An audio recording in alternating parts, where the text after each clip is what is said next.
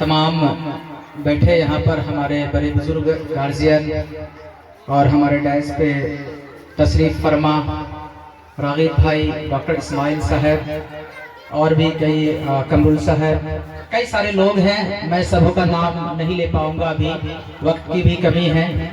और सबसे पहले सबसे ज़्यादा खुशी इस बात की हो रही है, हमारी प्यारी प्यारी बहनें यहाँ जो हिसाब से बैठी है। और जब यहाँ पर आया, मैं कई प्रोग्राम को होते हुए आया हूँ और कई प्रोग्राम में मुझे और भी जाना है।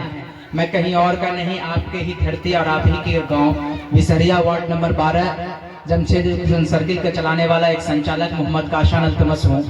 बहुत यहाँ पर आने के बाद मुझे खुशी महसूस हुई कि यहाँ पर इस तरह से बच्चे नजर आ रहे हैं। वाकई ये हमारी वो पहचान जरूर दिखा रहे हैं जिसे दिखाने की जरूरत है। जिस समय लोग तरह तरह की बुराइयों में मुब्तला है, उस समय हमारी ये बच्चियां जिस तरह के लिबास, जो ढंग, जो रूप, जो वेशभूषा को अपनाई है और जिस तौर तरीके को अपनाई है, वाकई काबिले तारीफ है। मैं बहुत ज्यादा समय तो नहीं लूंगा क्योंकि हमें भी कई प्रोग्राम में जाना है।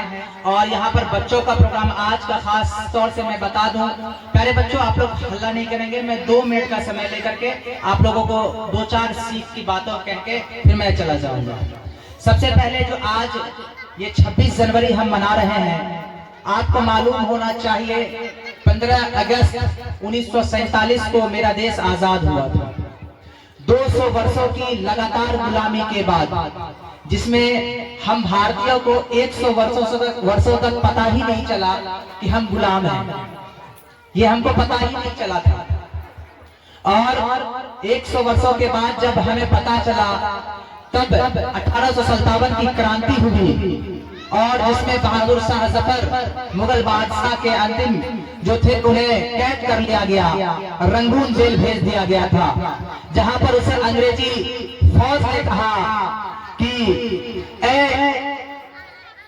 बहादुर, ए बादशाह, ए जफर, दमदमे में दम नहीं, दमदमे में दम नहीं, शमशीर ठंडी हिंदुस्तान की।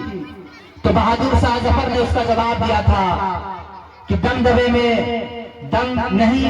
ये कहने वाले के बाद फिर जो बहादुर शाह जफर ने जवाब दिया था, वो काबिले तारीफ जवाब था।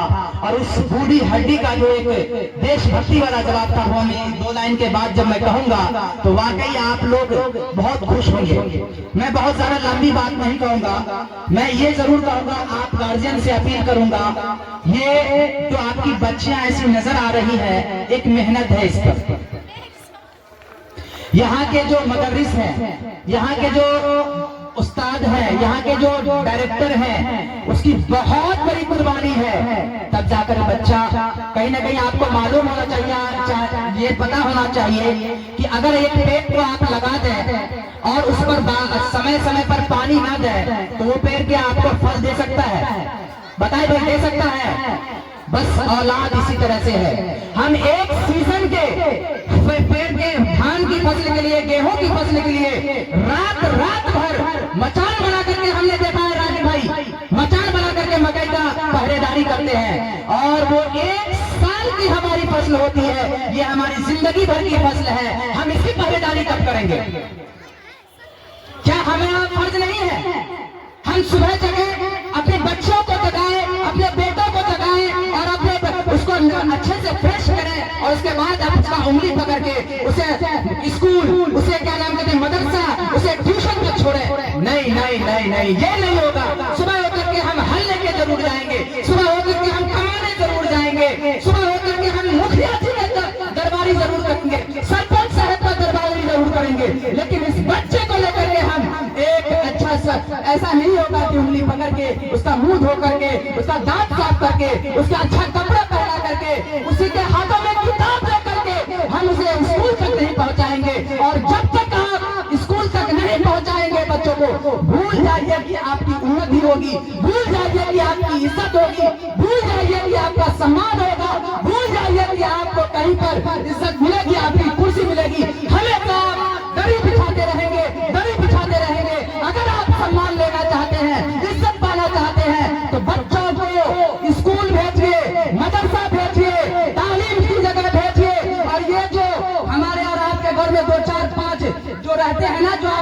बचाने के लिए रहते हैं, उसकी बातों को मत सुनिए। कोई नहीं आएगा आपको बचाने के लिए, आपके बच्चे आपके सामने आपके सिरहाने बैठकर खड़े होंगे। और जब तक आप उसको इस्लामिक तालीम से खास तौर से नहीं जोड़ेंगे, धार्मिक तालीम से नहीं जोड़ेंगे, बच्चा आपका डॉक्टर भी बन जाएगा, इंजीनियर भी बन जाएगा, बच्चा ठेकेदार बन जाएगा। याद रखिएगा, बुढ़ापे में आपकी उंगलियों को पकड़ के लेके आपको वॉशरूम नहीं लेके जाएगा, आपको पानी नहीं पिलाएगा। डॉक्टर बनेगा, वो विदेश में शिफ्ट हो जाएगा, पूर्णिया शिफ्ट हो जाएगा, दिल्ली शिफ्ट हो जाएगा, और यहाँ पर आप पढ़ाते रह जाएंगे। तो पहली बात को याद रखेंगे, मैं एक स्कूल चलाने वाला, कोचिंग चलाने वाला हूँ। मैं स्कूल चलाता हूँ, लेकिन मैं इस चीज पर, धार्मिक शिक्षा पर मैं जोर इसलिए दे रहा हूँ, चाहे वो धार्मिक शिक्षा सनातन का हो या मुसलमान का हो, मुस्लिम का हो, इसलिए जरूरी है कि उसके अंदर इंसानियत, मनुष्यता आए। अंग्रेज मत बनिए, ज्यादा अंग्रेजी मत कीजिए। पानी पिलाने वाला कोई नहीं मिलेगा। अगर तरबियत नहीं दिए ना बच्चों को, सही सीख नहीं दिए, पानी पिलाने वाला कोई नहीं रहेगा, कराहते रह जाएंगे आप। और हद तो मैं ये बात कहता हूँ, कई बार बच्चों को कंधे भी नसीब नहीं होती है, कांधे भी नसीब नहीं होते हैं। लोग कहता है कि चाहेंगे बाद में, अभी थोड़ा सा काम है, फुर्सत नहीं है। वक्त की नजाकत को मैं देख के अपनी बात को बहुत कम अल्फाजों में समेटना चाहूंगा, लेकिन मैं आप लोगों से ये जरूर मैं आदेश नहीं दे सकता, लेकिन इल्तजा व दरख्वास्त जरूर करूंगा कि आप लोग गार्जियन जितने बैठे हुए हैं, अपने बच्चों को एक वक्त भूखा रह करके या फिर जिस भी आलम में हो, बताएं कि हम बच्चों को तालीम से जोड़ेंगे। बताएं, आप लोग जोड़ेंगे, इंशाल्लाह जोड़ेंगे, पक्की बात। और मैं आपको एक बात और कह देता हूँ, मैं जमशेद एजुकेशन सर्किल का संचालक मोहम्मद ताशान अल्तमस भरी मंच पे आपसे ये वादा करता हूँ मैं, अगर आपको पढ़ाने की वुसअत नहीं है, ताकत नहीं है, आप अपने बच्चों को हमारे कोचिंग में भेजिए, मैं आपके बच्चों को पढ़ाने के लिए तैयार हूँ। मौलाना बाबू सर आ जाइए ऊपर। आपके बच्चे की तालीम नहीं रुक सकती, आपके बच्चे को तालीम में जो भी रुकावट होगी उसको सहने के लिए अगर मुझे भीख मांगना पड़ेगा तो ताशान भीख मांगने के लिए तैयार है, लेकिन शर्त है कि आप मिजाज बनाइए पढ़ाने का। रागिब भाई, स्कूली जो